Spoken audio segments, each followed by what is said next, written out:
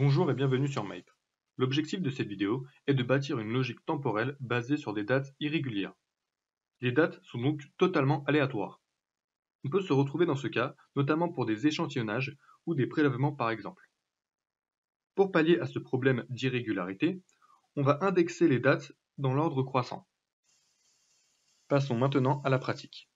Pour mon exemple, j'ai choisi une base de données qui correspond aux ventes de deux produits selon une date. On peut voir que les dates sont complètement aléatoires, car il n'y a pas de régularité. Ensuite, on va dupliquer notre requête et on va la renommer index. Notre objectif est de créer un index des dates pour nos deux produits. On va donc créer deux groupes. On sélectionne la colonne produit et on va dans la fenêtre transformer. Ensuite, on clique sur regrouper par et dans opération, on sélectionne toutes les lignes. Après, allez dans la fenêtre ajouter une colonne et cliquez sur colonne personnalisée. Dans formule personnalisée, on va utiliser la fonction table@index:. C'est cette fonction qui nous permettra de mettre un index sur les dates. Dans le premier paramètre, on met la colonne nombre que l'on a créée. Ensuite, on met le nom de la colonne index entre guillemets. Pour ma part, je mets date index. Après, je mets la valeur initiale de mon index, donc 1. Et enfin, je mets l'incrémentation qui est de 1 également. On a créé notre colonne personnalisée et on va supprimer toutes les autres colonnes. On départage la colonne personnalisée et on a bien un index qui a été mis pour chaque date de chaque produit.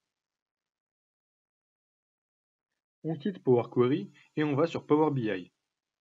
On va créer un rapport nous permettant de voir la valeur de vente à la date et au produit que l'on a sélectionné, ainsi que la valeur de vente à la date précédente.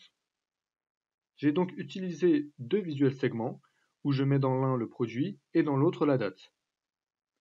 Et deux visuels cartes, le premier qui va contenir la valeur de vente actuelle et le deuxième qui va contenir la valeur de vente à la date précédente. Maintenant, on va créer la colonne qui va contenir les valeurs de vente, cependant à la date précédente. Pour cela, on doit aller dans Modélisation, puis appuyer sur Nouvelle colonne. Ensuite, dans la barre de fonction, on doit écrire cette ligne de code. Vous pouvez mettre pause et recopier la ligne, cependant n'oubliez pas de mettre le nom de vos requêtes ainsi que de vos colonnes.